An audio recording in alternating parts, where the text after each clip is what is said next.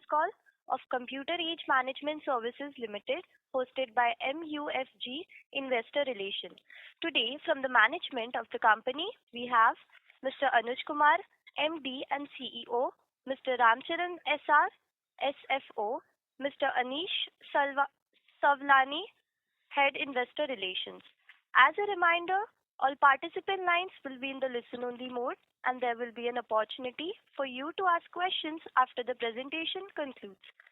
Should you need assistance during the conference call, please signal an operator by pressing star then 0 on your touchtone phone. Please note that this conference is being recorded. I now hand the conference over to Ms. Masoom from MUFG. Thank you, and over to you, Ms. Masoom. Thank you. Good morning and welcome to Q4FY25 earnings conference call for Computer Age Management Services Limited. Before we proceed to the call, I would like to give a small disclaimer that this conference may contain certain forward-looking statements about the company which are based on beliefs, opinions, and expectations of the company as on date. The statements are not guarantees of future performance and involve risks and uncertainties, which are difficult to predict. A detailed disclaimer has been published in the investor presentation.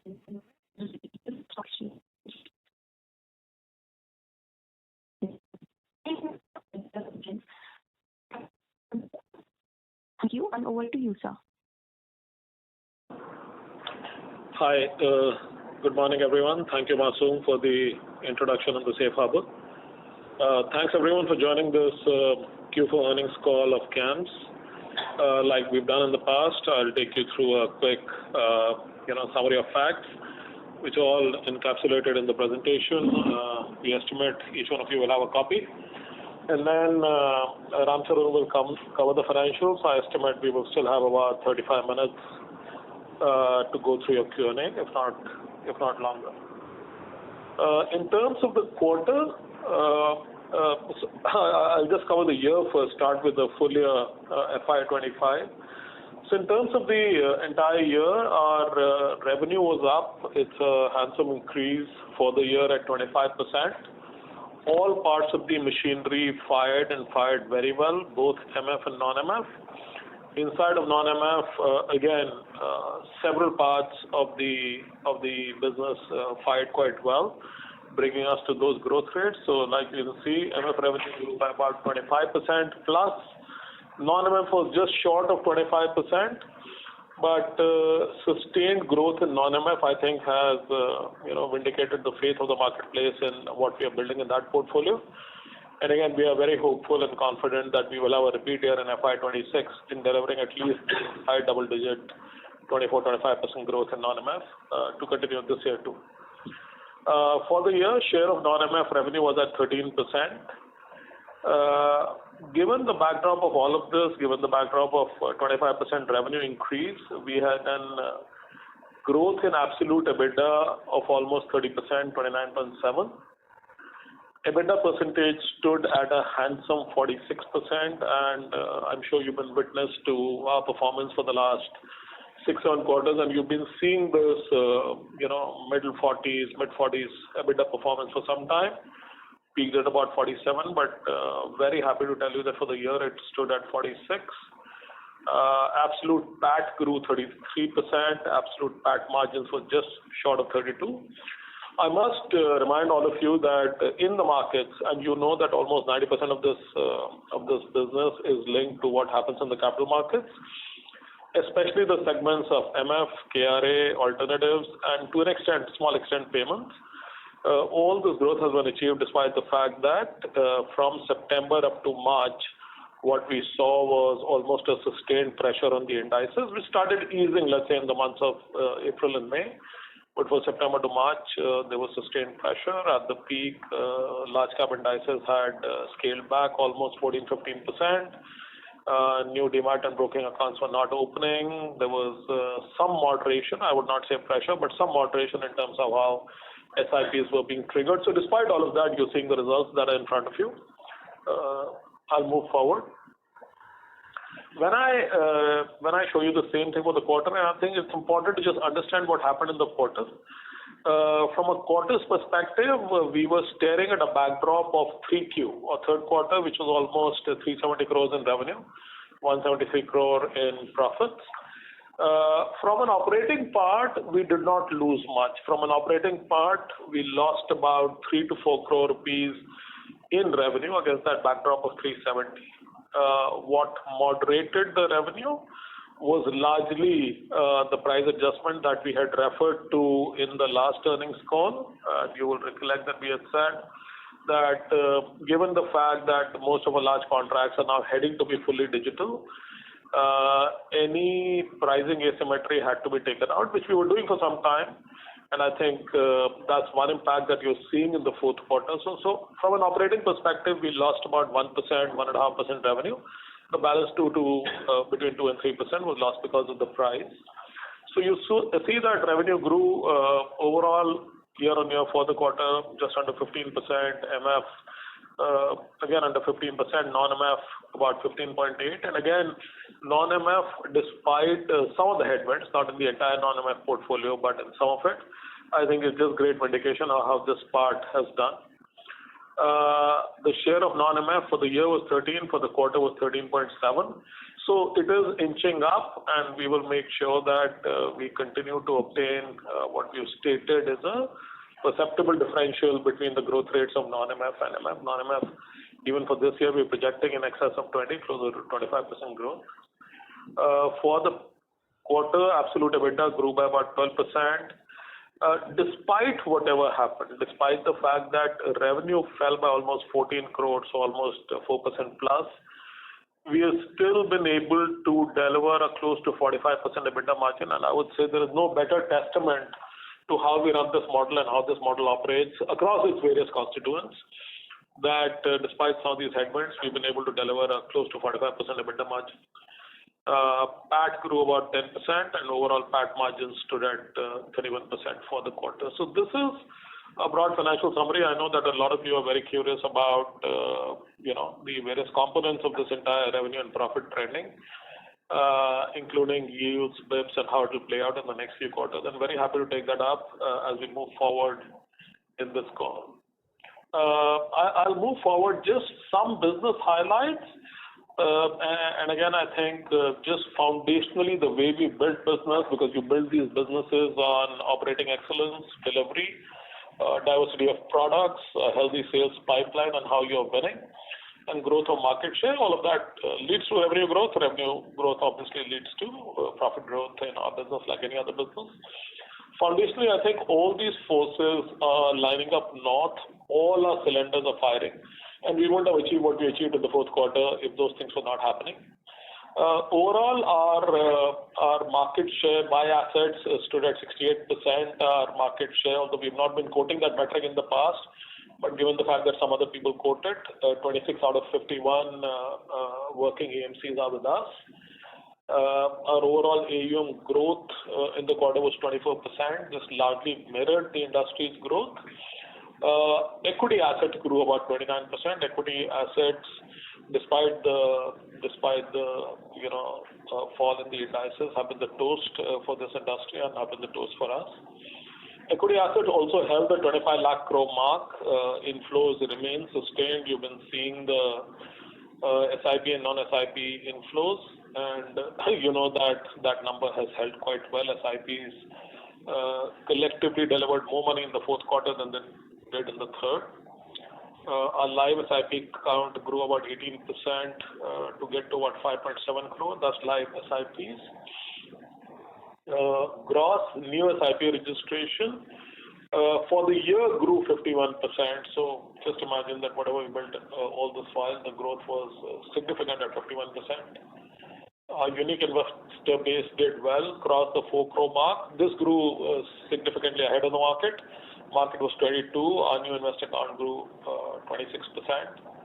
But what is most gratifying, I think, is that in the history of CAMS, I've been here 9 years, don't remember a single year where we took more than one AMC live.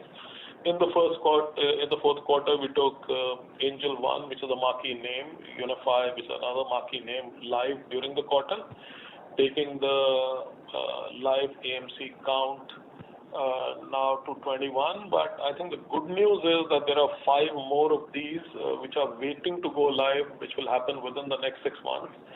And I think from investing in the future and creating a future perspective, there is no better news than this. So this 5 more comprise, of course, Geo BlackRock, Pantomath's Choice, Torosoro, C-Bank, and there's 1 more. So that's the count that we are expected to take live in the next 6 months, and again brings a lot of strength in the overall scale up of the business as we move ahead. Beyond mutual funds, CAMS Pay revenue grew 85% year-on-year for the quarter.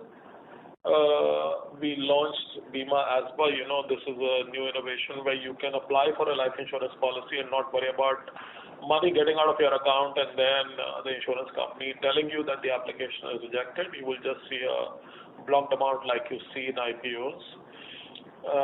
Alternatives had a very strong quarter, 56 new mandate wins.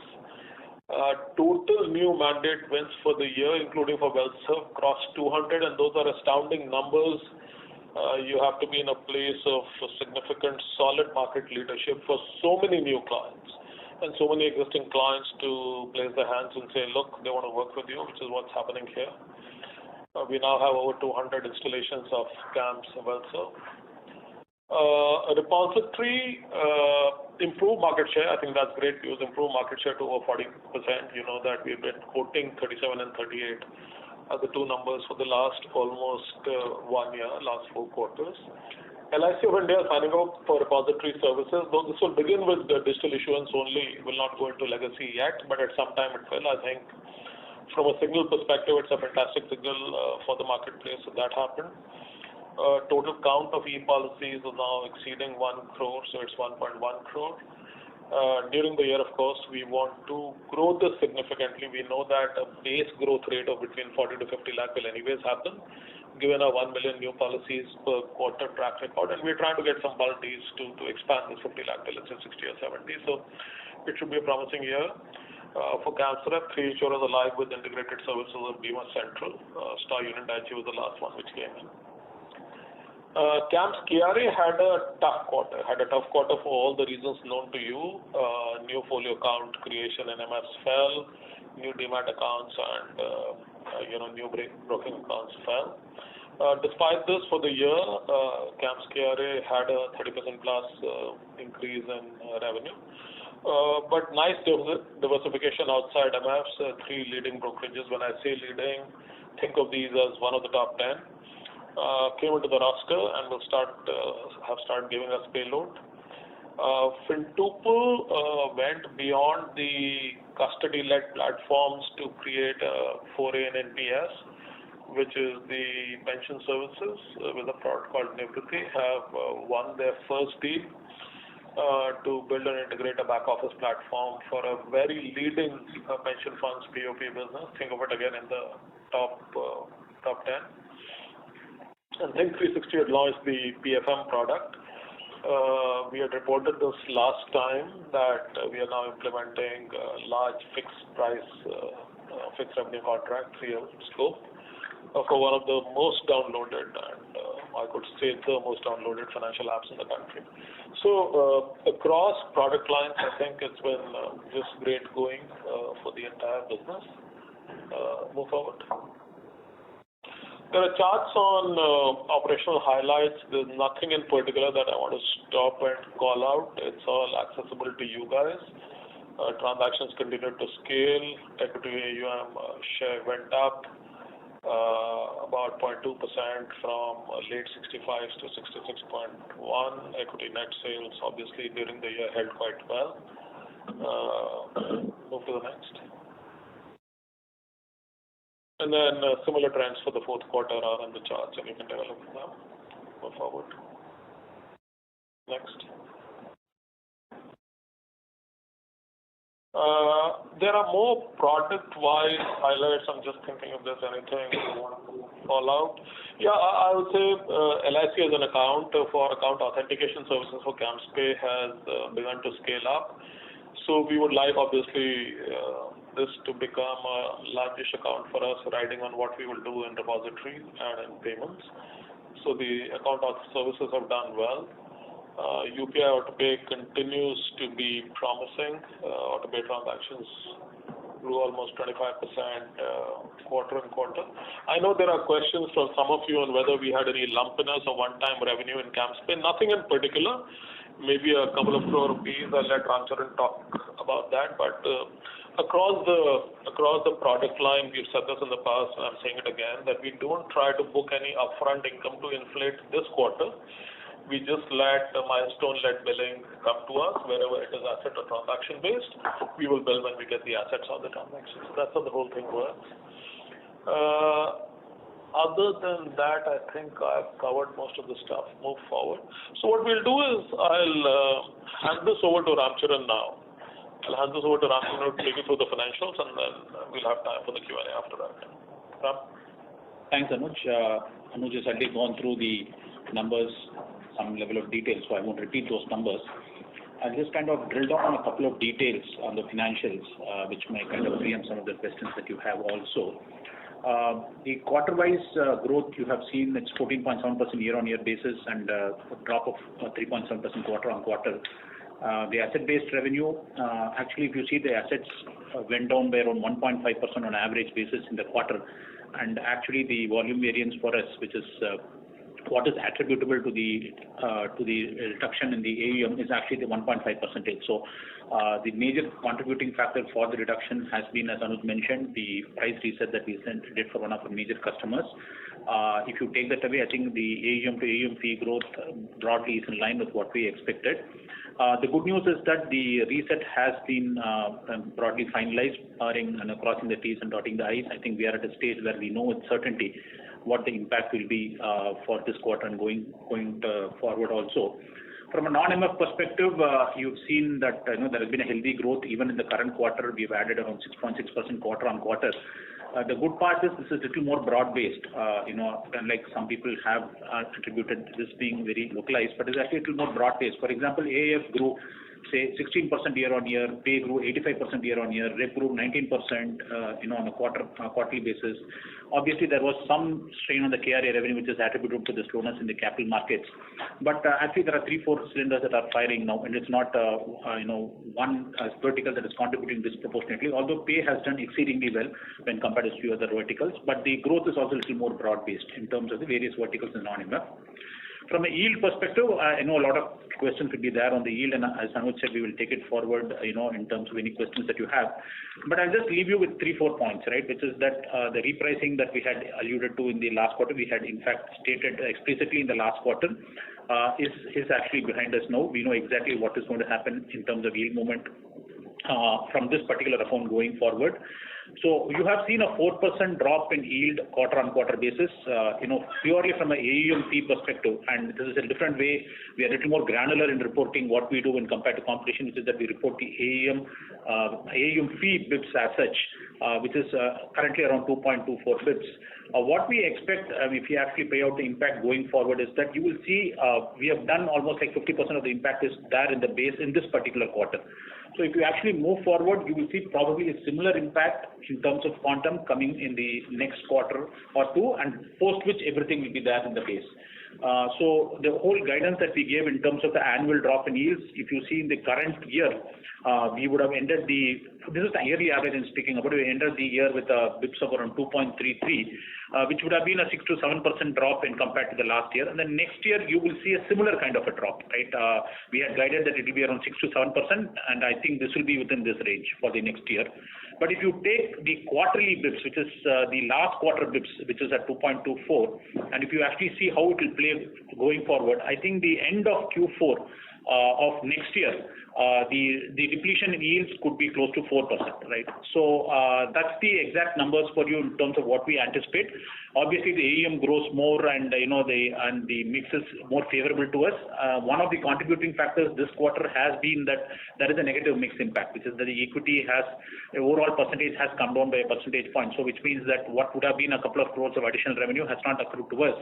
But going forward, if the mix is constant, we expect that the yearly yields, when when compared to the last year, the current year, the yearly yields will drop by around 7 to 8%, most likely around 7%. And if you take the last quarterly yields and you compare it with the last quarter of next year yields, I think the drop will be closer to 4 to 4.5%. So the thing I would like to reiterate is that the uncertainty that we had projected to you last quarter in terms of repricing is largely behind us, and the amount, 50% of the amount is there in the base, and 50% will get into the base for the next quarter or two. From a profitability perspective, again, we've shown strong margins. We've always said that we will try and endeavor to get a margin of 44 to 45%. And this quarter was a difficult quarter. There was, from our AUM growth, there was no growth. In fact, there was a small, reduction in AUM plus the repricing impact. Obviously, the non-MF growth helped us in kind of mitigating the impact. But to end the year, end the quarter with a 44.9% margin is, I think, again, as Anuj said, a testimony to the resilience of the entire model, right? So we've always said that it's a fixed cost model, and I think this quarter proves the fact that you don't have a growth in AUM, but your cost also remains static. We did not decrease the cost too much, but you also know no cost increase was there. So that is broadly the commentary on the margins, the yields, and the growth in non-mutual fund business. I will now leave it to the moderator to open the floor up for questions. Thank you very much. We will now begin the question and answer session. Anyone who wishes to ask a question may press star and 1 on their touchtone telephone. If you wish to remove yourself from the question queue, you may press star and 2. Participants are requested to use handsets while asking a question. Ladies and gentlemen, we will wait for a moment while the question queue assembles. The first question is from the line of Swarnabh Mukherjee from B&K Securities. Please proceed. Hi, sir. Thank you for the opportunity, and thank you so much for giving the details in terms of the yields. I just wanted to understand, sir, in terms of the contours of the renegotiated contract.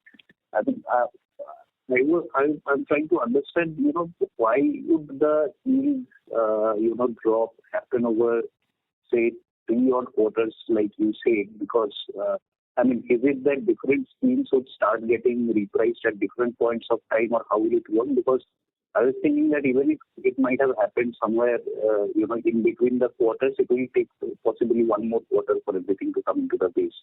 So if you could help us understand, it will take 2-3 quarters only because of the renegotiation impact, and not maybe, of course, otherwise telescopic pricing might continue to play out. Sir, that is one question. Second is, in terms of the insurance repository, sir, I think congratulations, the trend looks very encouraging. So how much is this coming from the LIC contract, or is it yet to come going forward? And if you could give some color on, given the fact that, there is more appetite to issue digital policies through insurance account, how is the pricing environment? If you could give also broad indications of, say, account creation charges, and what you incur as revenue when you do the maintenance of an existing account. Thirdly, on the cost side, sir, normally we've seen that I think in first quarter we see a bump in your employee expenses. How should we think about for FY26 or maybe 1Q26 onwards on that? And also similar commentary on other expenses, because I think when I look at the other expenses number at a consolidated level, I continue to see that even over the quarters it has increased. Are these like outlay for the newer segments because of which you have to spend more? If you can give some indication of that. Yeah, these will be my questions, sir. So, thanks, Swarnabh. I'll just try to take 3 of your questions, and on the insurance, Anuj will probably chip in. So, with regard to the commercial construct, obviously we wouldn't like to get into details of the commercial construct, but our endeavor has always been, and we have mentioned it in the last quarter also, to stagger the impact. And also, number 2 has not been to wait for the contract. For example, this particular contract could have come up for renewal in September. But we thought that it would be better to kind of take a staggered impact over a period of a couple of quarters. So the commercial construct is that it's not that we are deferring anything or there is something that we are delayed provisioning or something. The commercial construct is that the pricing for some classes will start now, some classes will start later, etc. So that's just been reflected in the fact that it will get staggered over a couple of quarters. So most of the impact is there in the 50% is in this quarter, close to 50% will be there in the next quarter, and whatever is balance, some small part of it could be there in the next quarter after that. But that's the way the contract is also structured, and that's the way our revenue will be booked. So that's the reason for that. From the cost side, see the other expenses, you will see that overall from a cost control perspective, the last quarter has been almost like a flat. If you take away the depreciation, which is obviously a reflection of the increased investments we are doing in CapEx in terms of various compliances as well as the increase in transaction volume, the cost increase has been zero, literally zero, right? And the other expenses are more a reflection of some timing differences. For example, there could be some delay collection in some accounts, which could, accounting-wise, we'll have to create what is called an expected credit loss, which is not a permanent loss, it's kind of a timing loss. So those things will contribute, and there are some legal expenses that we have done. There is this MS Central that we incorporated for which we had to pay lawyer fees, etc. So this is not a trend going forward. Overall, from the next year perspective, we have repeatedly said that we will be able to hold costs at a less than 10% increase, right, when compared to the current year, which I think is very much achievable. We will try to do better than that, but less than 10% is something that we are forecasting for the next year too. So that shouldn't be something topmost in mind, in terms of what we can do. In terms of insurance repository, Anuj, probably. So, just in terms of insurance repository, you would have seen that till about a year back, we used to increment volumes at the rate of about 20 to 25 lakh a year. Last 1 year, this increase has almost doubled to become 40 to 50 lakh. LIC is still not integrated. So while they've taken a decision and integration is happening, real policy flow will start only from the month of July. They had the option of saying that all new issuance, which is upwards of 2.5 crore policies, will come into DMAT. But what we increasingly believe is that most of the digital channel issuance will happen in DMAT, so which could be under 1 crore new policies in a year. So we expect that this year, just at an organic rate, we would have got about 50 lakh new policies anyways. All the impact of LIC could be between 15 to 20 lakh policies if everything happens in time, which it is showing signs that it will. So it will be a nice fillip if we get that 20 lakh on top of the base 50. And then as LIC kind of moves forward beyond digital into other kind of issuances, those numbers can only go up. It has the capability to almost, given the market share, they're more than half of the market, that if they bring in all the heft, the dematting pace will certainly go to 2x in the market, let's say in the next 3 to 4 quarters. That is clear. So therefore, it's a big fillip to the market as far as policy issuance and policy counts are concerned. The prices are all fixed. You know that whatever, the prices have moved southwards in the last 2 or 3 years, but they're pretty stable now. So we expect that because most of these are long-term contracts, the prices will stay where they are. The icing on the cake is that as these new insurance companies come in, they will all start getting integrated with Bima Central, which is the only proprietary platform to do electronic transactions in one place for your whole portfolio, which means you open an account with CAMS repository services, and then Bima Central is open for reminders, payments, digital lien, claim marking, all of those things. So there, of course, the per transaction prices and yields are much better. And as that happens, I think the cumulative impact of the momentum of these two things will be perceptible in terms of how that market grows. Understood, sir. Just a couple of follow-ups. One is how are the commercials for the Bima part? Is there any difference in that? And also, like you had mentioned in your opening remark about CAMS Pay, and I think phenomenal growth there. I think quarter on quarter also very strong. So if there is nothing lumpy as you have mentioned, then how to think about this? Is this coming because of the new mandates you have gotten over the last 2 quarters, or is it that organically the whole ecosystem is driving this growth? I'll take the payments question first. I think one part of the growth is just very simple, where we are working with, let's say, mutual funds, where the SIP count and the number of natches or one-time mandates that we register, the triggers continue to happen. As you see momentum in these smaller SIP counts, the Choti SIP, Jan Nivesh, and several of the AMCs are now launching this daily collection product, right, where you can debit 20 rupees, 50 rupees, and 100 rupees from the accounts of non-salaried people. You will anyways continue to see growth there. So that's one part of it. We had said about a year back that we are now broadening our reach into the education system, which is to collect fees and recurring charges from students for merchants, which are essentially universities, colleges, and hostels. That has shown some pickup. The Bima ASPA part will scale over a period of time. Right now, it's a very new thing, but you must have read that RDA insists now that this delay in refunds of monies for policies which are not accepted and not granted is hurting investors, and therefore this innovation is coming.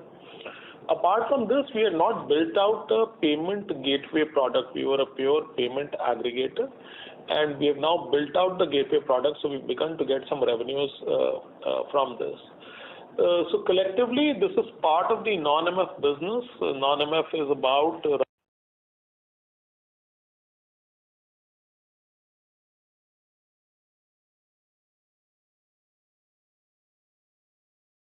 Sorry, your question was exit yield for the current quarter or what we expect to be in the current quarter from 2 to 2.24. You are saying the FY26 exit would be 2.1. What is your expectation? Yeah, 0.09 reduction, 0.08 to 0.09 is what we expect. So this particular contract, if I recollect right, has again come up for renegotiation. As you said, it was due in September, but it has come up a bit early.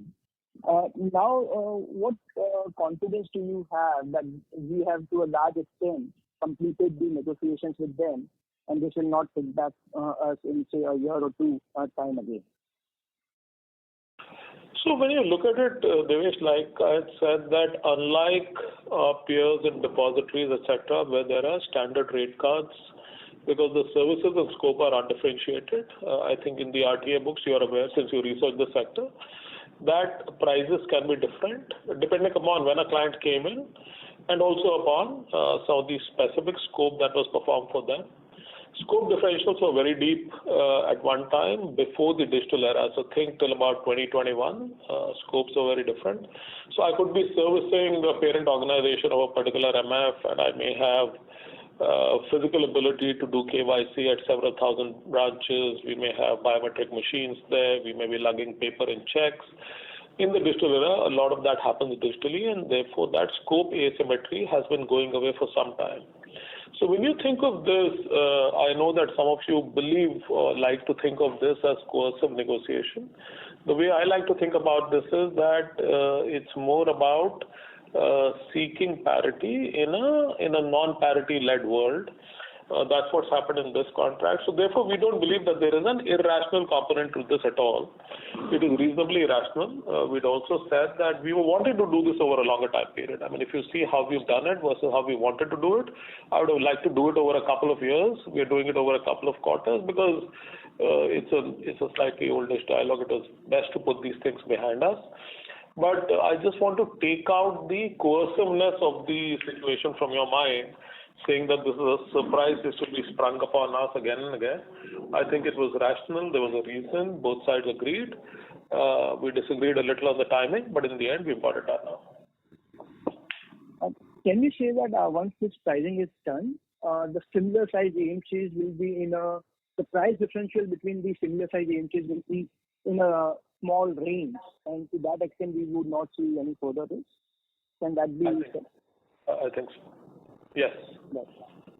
And so, any more contracts which are coming up for renewal in this year, in FY26?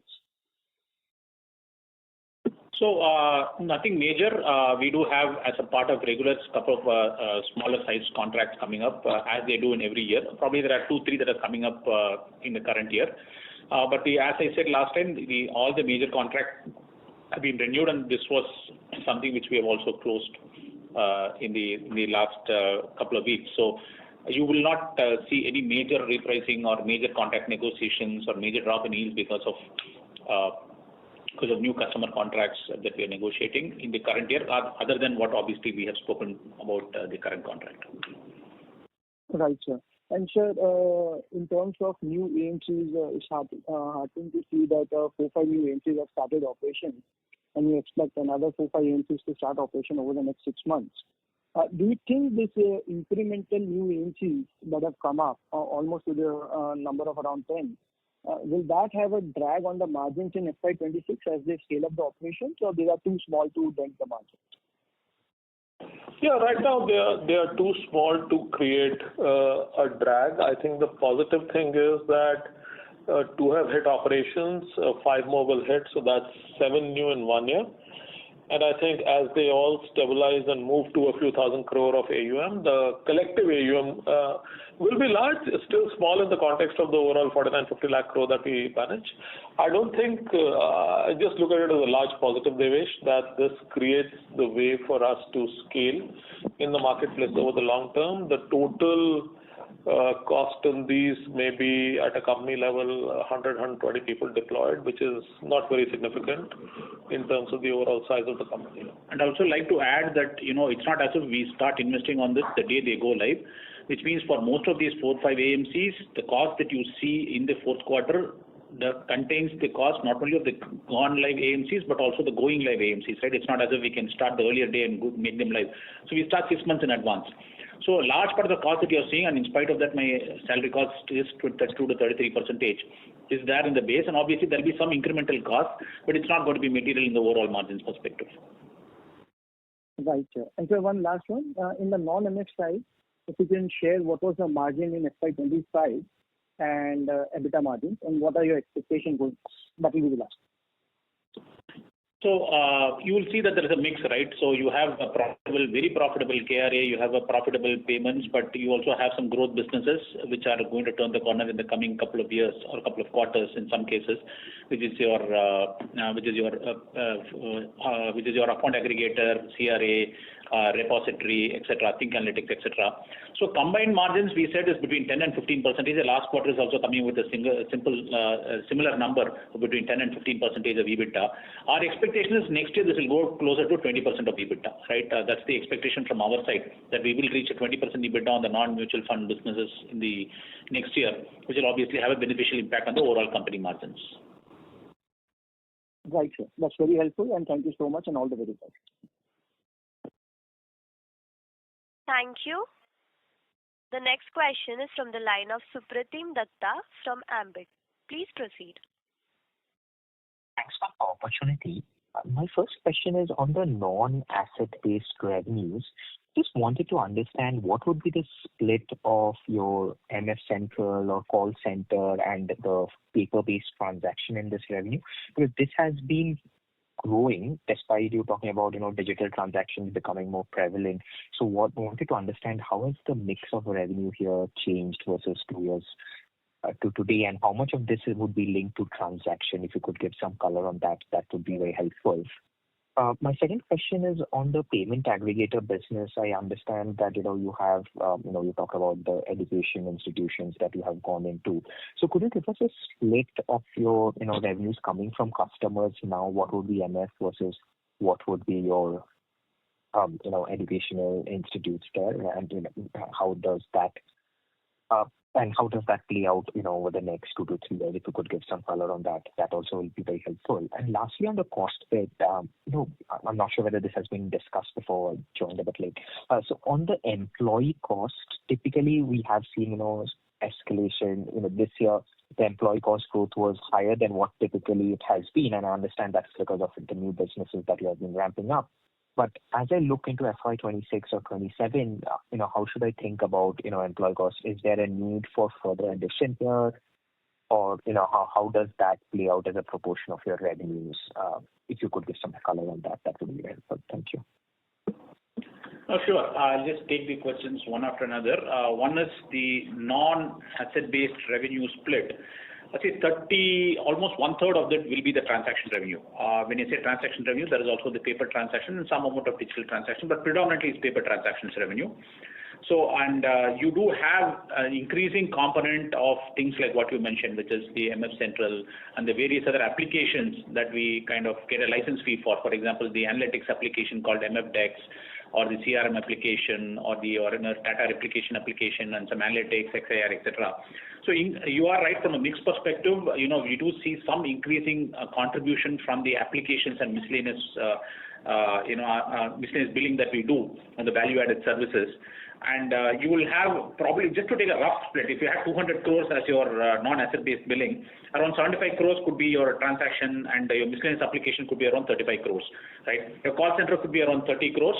And your OP will be a large part of it, which is the 50 plus crores will be the OP, and NFO could be a couple of crores. That's a broad split. It's not the exact numbers, but just to give you an idea, there's a broad split of a 200 crore, non-asset based revenue that you have. The increase in this is attributable to two things. One is the call center is growing. It's growing by around 5 to 10%. It's also because the application revenue is growing because of the new functionalities that we bring in, the new applications that we give to our AMCs for which we bill. So both of these are causing the increase in the mix, so to say. But predominantly, it still continues to be the transaction billing that we do. Up to 1/3 almost is like that, right? From the second question that you had, I think it was on the cost side.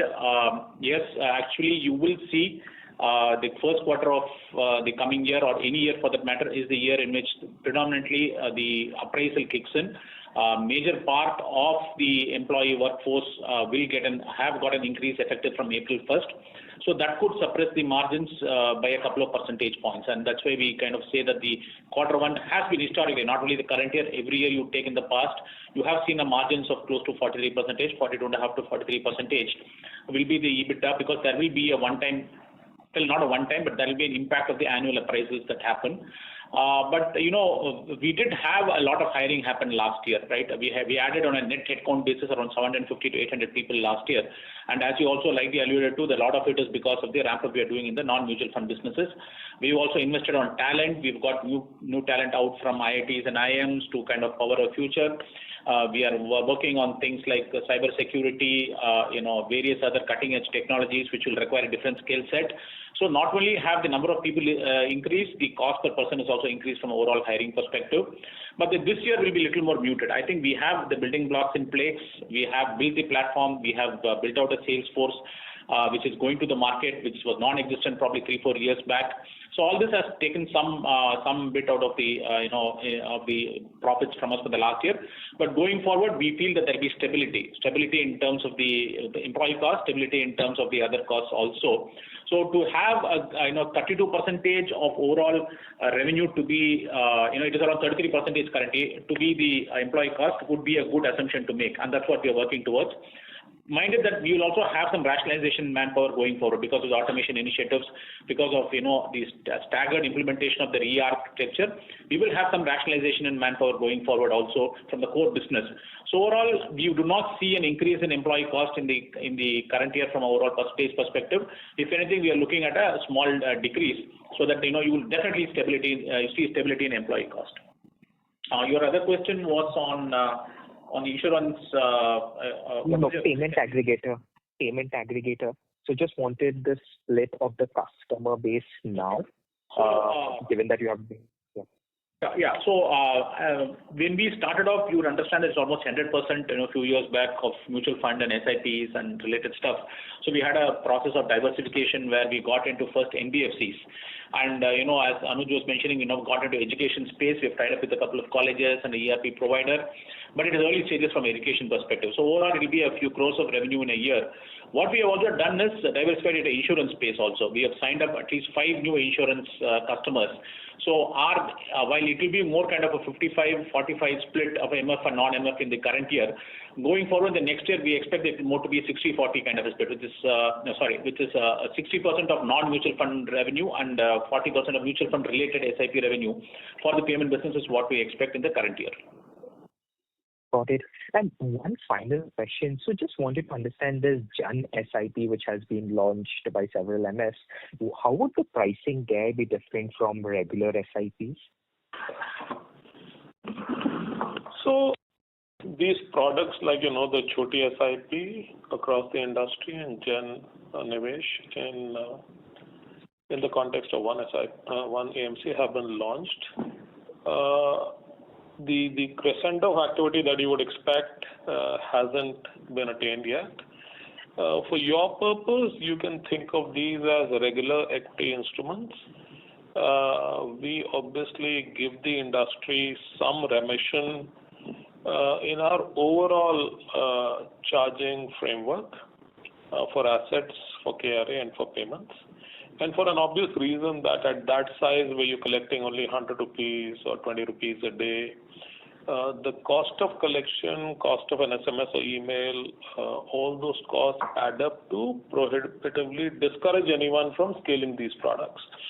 So the industry kind of thought and discussed for almost a year in terms of how we should expand this, and in the end, not just CAMS, but collectively between the RTAs, KRAs, depositories, and payment aggregators, we decided that we will give it a leg up.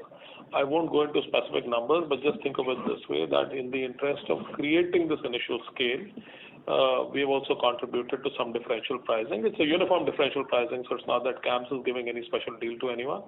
But that decision was kind of nudged by SEBI, led by AMFI, and has been taken at the industry level. Thank you. Thank you. The next question is from the line of Sarthak Nautiyal from Iraya Capital. Please proceed. Hello, sir. Am I audible? Hello. Yes, go ahead. So thanks for the opportunity of asking questions. I just want to know one thing. As you have told, there's a very high switching cost in this industry, right? So I just want to know why any RTA will shift from KFIN to CAMS or CAMS to KFIN. This is my first question. Sure. So just given the nature of the business, you know that the liability side operations scope is vast. It creates very strong linkages of both the end investor and the intermediaries to our platforms, to the RTA platforms. There is a very long and onerous record-keeping work that has to be done. There are liabilities which are shared by the RTAs. If they have committed a mistake, the mistake may have happened 20 years back. All the digital linkages, the compliance reporting, all of that has to be done, and the front office network has to be used for a particular client. So like in any large operation, this is very different to either IT services or BPO, as you know. BPO, you know that a lot of companies put their entire scope on RFP every 5 or 7 or 10 years. It's very different here. That a yank out decision is very difficult to take. You wouldn't have seen in the last 10 years any scaled AMC to have taken that decision. One or two small ones may have taken that decision owing to performance kind of reasons or delivery reasons, but it's not a very common occurrence. Okay. So, sir, just want to ask a follow-up question on that. I have asked the question to KFIN, met with the management. They have said that in the last 15 years, 10 of the mutual funds have shifted from CAMS to KFIN. So can you throw some light on it? Well, I would say you should do a follow-on and get names from them and then make a phone call to me and then we can see. Okay. So you are denying this thing. I think nothing has happened. The public records are there for everybody to see. So you can look at it. The two things have shifted from KFIN to CAMS, but the other way around, I don't think it has ever happened in the last decade. So yeah, as Anuj said, it will be useful for you to kind of reach out to us with specific names so that we can either rebut or correct ourselves. Sorry to interrupt. It seems like the participant's line has got disconnected. Hello, sir. Am I audible? Hello, sir. Yeah, go ahead. No, go on, please.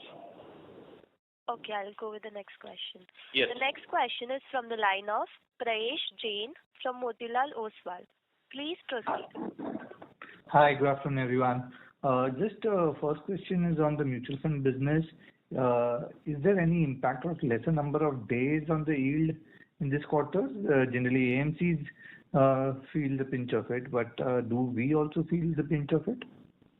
So Prayesh, I think I'd just like to correct the misconception that probably a lot of your colleagues also had and have reached out to me on. So the way we bill is the number of days does not determine the revenue. That's very simple. You have a average AUM for a month, which is the AUM on a daily basis. We take the average for the month. So it doesn't really matter whether the average is for 28 days or 30 days. You just have a final average number. And the rates are applied on a monthly basis. So irrespective of whether you have a 28-day or a 31-day month, the revenue for the month will not be impacted by the extra 1 or 2 days. The rates are actually annual rates, but are applied on a monthly basis, irrespective of whether it's a 28 or 31-day month. So there will be no change by the fact that the quarter has 2 days more or less to the overall revenue number. Got that. Secondly, on the CAMS Pay business, you've enrolled LIC, and how when was this, and do you think that a large part of your growth guidance on FY26 would be LIC would be a key factor in terms of CAMS Pay? So, good question.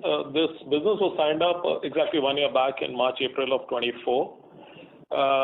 It is not about premium collection yet. So, just want to clarify, we don't have any exclusive deal to collect insurance premium yet. These are account authentication services, which is a normal service which you see across the insurance and the asset management world, where you verify somebody's pays account, that it is generally held by them, is not a third-party account, and the branch, etc., has not got shut.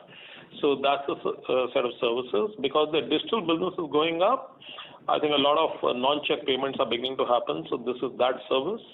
So we continue to be in conversations with them to expand. The FY26 guidance of growth in CAMS Pay is not so much LIC. LIC will scale, but I think it's all the components, the large growth in the SIP numbers in the last 1 year, some addition from payment gateway, some from education. Of course, LIC will be a component, but I would not think that is going to be more than 10 or 15% of the overall growth numbers that are being spoken about. Right. And with respect to the margins, how should we look about margins in FY26? You mentioned that their employee cost would be maintained at about 33% of revenues. That is what you mentioned, right? And OPEX should see some kind of steady growth. On the other hand, non-MF businesses profitability should improve. So given this trajectory, should we expect an improvement in EBITDA margins in FY26 versus FY25? So in Prayesh, in normal course, that answer would have been yes. But as we have guided earlier, there could be some impact of the price that we will see in the course of the year also, which is remaining close to 50% of the impact that we will see. So our aim is, from a margin perspective, while we ended the year on 46, next year would probably be a 44 kind of a margin percentage, which is what we are all working for. Obviously, it is predicated on mutual fund growing reasonably, if not equal to current. We know it's not possible equal to the current year's growth in terms of 30+%. But if there's a reasonable growth in mutual funds, and after eating the price impact, an increase in non-mutual fund margin and cost control, we feel that 44% EBITDA for the year next year is definitely achievable. Ram, are you being conservative in terms of giving the guidance? Because obviously, if you look at the Q4 EBITDA margin, where you had an impact of about 50% of it, you still delivered a 44.9% EBITDA margin, and you're talking about a FY26 EBITDA margin of about 44%. So are you being conservative here in terms of that guidance, or how should we read this? So Prayesh, think of it this way, that we are not building all of this on an expectation of a 20% AUM growth. We've had a 20% AUM growth CAGR over the last 9 years. If that happens, then obviously the numbers can be better. We are expecting that AUM growth will be more moderate, will be maybe 11-12%. And if AUM growths are 11-12%, then obviously revenue growth is 8-9%, which has to cushion the incremental impact that's coming, and then has to contribute. And non-MF, we know even at 25% on a 200 crore base will add about 50 crores to the revenue, but cannot add 100 crores to the revenue. Non-MF, if it does superlatively well, the 50 absolute increment can grow to 60 or at best 70, but it will never be 100. So the way to then think about it is that, and again, I don't want to do any arithmetic reconciliation here, that if non-MF contributes, let's say 50 to 60 crore, absolute MF is, let's say, 100, 120, 130 crore, net of discount is about 70, 80 crore. A possibility to scale overall group revenue on a base of, just remember that 10% absolute revenue growth on a base of 1420, 1430 is almost 145 crore. So my guess is that a double digit, even low teens number will be difficult to hit at the asset growth that we are estimating. If assets grow at 20%, we will have a different story to tell. But right now, I don't think the ground has been built to assume that FY26 is a 20% asset growth here. Got that. That's pretty helpful. Just last question. In terms of capex and investments, how should we think about FY26? So there are two aspects to it. One is the regular capex that goes in the BAU, and another is the re-architecture project that we are running. The first, you will see normal capex happening. This time we had to do some extra capex because of some SEBI requirements of air gap center, etc. Next year, you will have another 50 crores kind of an addition to IT capex, and probably another 10-15 crores to the other capex that we have. So, but from a DR perspective, we will accelerate our spending in the current year, right? Last year was the first year where we had probably 8-9 months of work done the REARC and the initial design part of it. So this year we will kind of accelerate our spend on REARC. The benefits will start flowing in from the end of this year too. So I expect overall from a capex perspective, we will spend around 100 crores on the overall, meaning on the re-architecture part of it, and we will spend another 70 crores on the other capex part of it. So this will be a year in which there will be cash outflow for these two things from a capex perspective. Got that. Thank you, and wish you all the best. Thank you, Prash. Thank you. The next question is from the line of Madhukar Ladha from Nuvama Wealth Management Limited. Please proceed. Hi, good afternoon, and thank you for the opportunity. Most of my questions have been answered. I want just this one clarification. I think you spelled out the non-asset-based MF revenue in different categories. So you said call center was 30 crores, out-of-pocket expenses about 50 crores. And then what is the application revenue? And can you just give that split that adds up to about 185 crores? That's my first question. Second question, I think last year our net sales market share was about 75%. What would that number be for FY25? And third question on depreciation. So we see a pretty big jump in depreciation in Q4, right? Would that be our run rate going forward for next year? And given that you also just gave out the capex numbers that 100 crores is going into the architecture and additional 65 crores on other capex. So would that mean that this depreciation would probably increase even more than that is what I'm guessing? I wanted some clarity on that. Thanks. These will be my three questions. Yeah. So, Madhukar, I will just take your depreciation question first. Yes, as I have said that we have actually spent a lot of money on things like renewal of Oracle licenses and SharePlex and air gap center that we have set up as a part of the regulations. The SEBI has mandated that you have a fourth kind of a data center to protect us in case there is a ransomware attack, etc. So you will see you have seen a depreciation in the current quarter. This should be broadly the run rate going forward. There is no, barring some accelerated depreciation that we did for some intangible assets, being very conservative conservative. That's probably a crore of depreciation that we took on the books. Barring that, everything is probably part of the run rate. Obviously, the depreciation on the gone live component of re-arch will start kicking in only from the end of next year when the module goes live.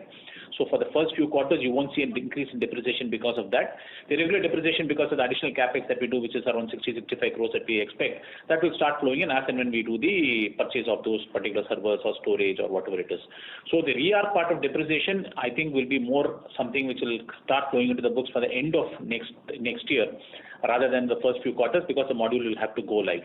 Otherwise, I think we are on track to kind of keep the current quarter as the run rate of the depreciation going forward. That is on the depreciation part of it. Can you just repeat the other question? The breakup of the non-asset-based revenue on mutual 12 months number, it was around 200 crores was the non-asset-based number. 185 crores, right? Isn't it? So non-asset-based 185? Non-asset-based. No, sorry, 195, 196. Approximately 200. Yeah, approximately 200 crores. So that's out of which I kind of the transaction revenue is around 71 crores. The miscellaneous is around 34 crores. There is some NFO revenue and the recoverables, which is around NFO is around 6.5 crores. The recoverables is 54 crores, and the call center is 32 crores. That's the split. Some decimal points here and there will be there, but largely that has been the trend going forward. There's a small increase in the mix for call center and for miscellaneous and application over the last few years, which will sustain going forward. Understood. So the application and VAS services are still quite low compared to what we hear for the industry and from competition. So any thoughts around that and as to what's preventing us from growing this part of the business? So two parts to it. I'll answer from an accounting perspective. Is that some of the application revenue that we do is also built into the AUM pricing in a large deals. You kind of tend to bundle it as a part of your AUM pricing, and there are a lot of value-added work that we do in our Sterling software also, right, which is more to do with the website development and APIs and all those things, which is counted as a part of the Sterling revenue, which is not a part of this. But yeah, predominantly we have thought about a lot of these features as a salience, right, from a philosophical perspective.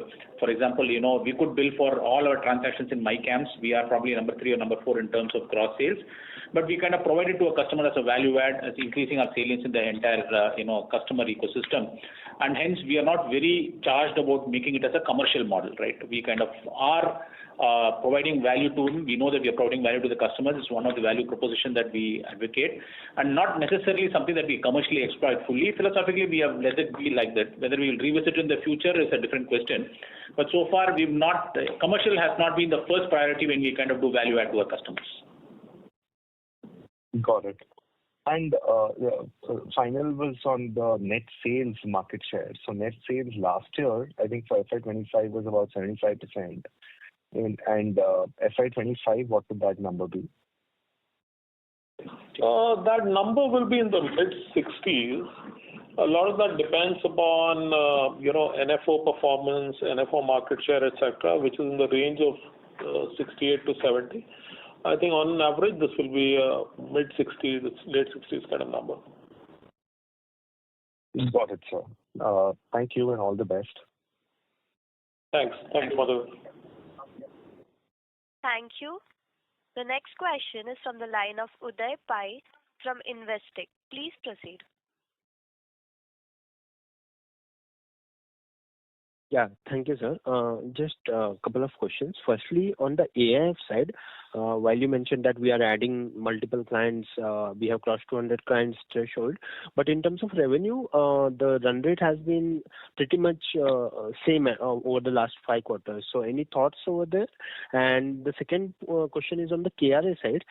Could you mention the split of the KRA between new SIP revenue split on account of new SIP creation and on new DMATs, or is it 100% SIP creation only? Those are the 2 questions. Thank you. Sure. So on AIF, I just want to reinforce that it's a significant, well-established market leadership story. Why is it like that? You've seen the number of wins, and obviously you are in the marketplace, so you can see where most of the new AIFs are heading. We've held on despite significantly heightened competition in the last 2 to 3 years, with several new players kind of coming and flexing their muscles, including on price. We've held that 50% share of the outsourced market. We are the largest player in GIFT City with an excess of 30 commercial customers.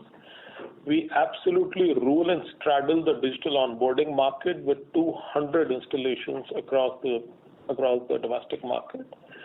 The revenue has grown about 17% year on year. We would have liked it to be over 20%.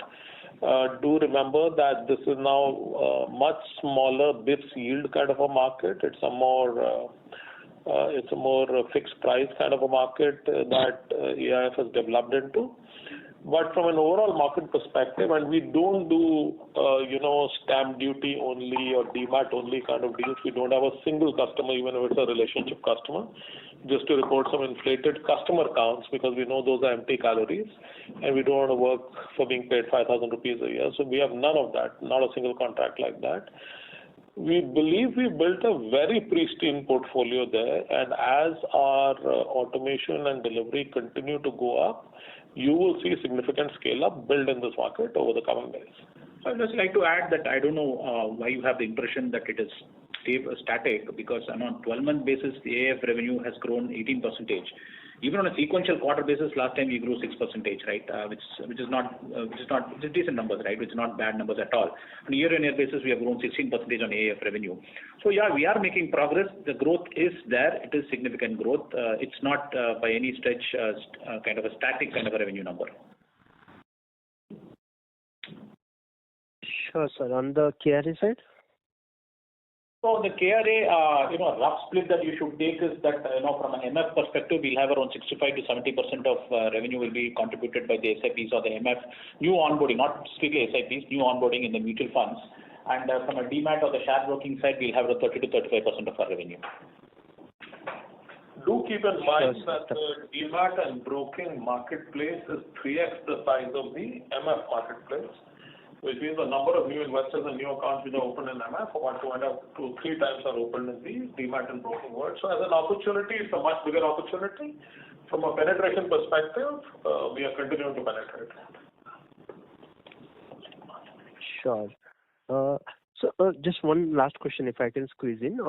Is LIC exclusively working with CAMS rep, or it has onboarded other repositories as well? And what is the size of potential revenue that you see over there?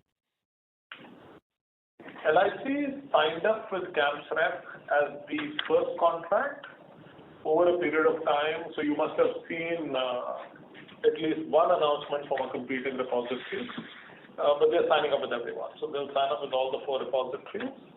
Like I said, in the first year, we expect that LIC will contribute 50 to 70 lakh new policies to the industry on a full year basis. On a part year basis, the number may be smaller. So that's what I can tell you, that from a base of gaining 40 to 50 lakh new policies, LIC could easily add about 15 to 20 lakh to that. So they could easily represent about 30 to 40% of new policies coming in. And obviously, it will be a fillip to our revenue. Sure, sir. Thank you. Thank you. Should we have one last question on the phone? Sure. The next question is from the line of Sanket Godha from Avendus Spark. Please proceed. Thank you for the opportunity. Right now, you said that non-MF business EBITDA margins are somewhere between 10 to 15. And if I do a back calculation, the mutual fund EBITDA margin will come somewhere between 50 to 51%. So, and you said that 46 can potentially go to 44. So is it fair to say that you are trying to see probably 4 to 5% compression in the mutual fund business, largely because of the yield pressure and muted MF growth? So that's the way you are looking at the business to play out in 26. So I think we said that we do expect on a year-on-year basis the yields to compress. I think gave you the numbers to be compared to FY25. I think we will have a 7% yield compression. But that is assuming a very, very moderate increase in AUM, right? So obviously the AUM growth is much more, than you will see a different yield compression number. Yes, from a year-on-year basis, from a yield compression, we do feel that compared to FY25, FY26 will have a close to 7% compression in yield. Okay. And lastly, a data keeping question. If you can give two numbers, your employee count, and second, your number of KRA accounts you have. I think that number was some 1.8 crores. So what is the recent number? Around 1.9 plus PANs in our KRA business.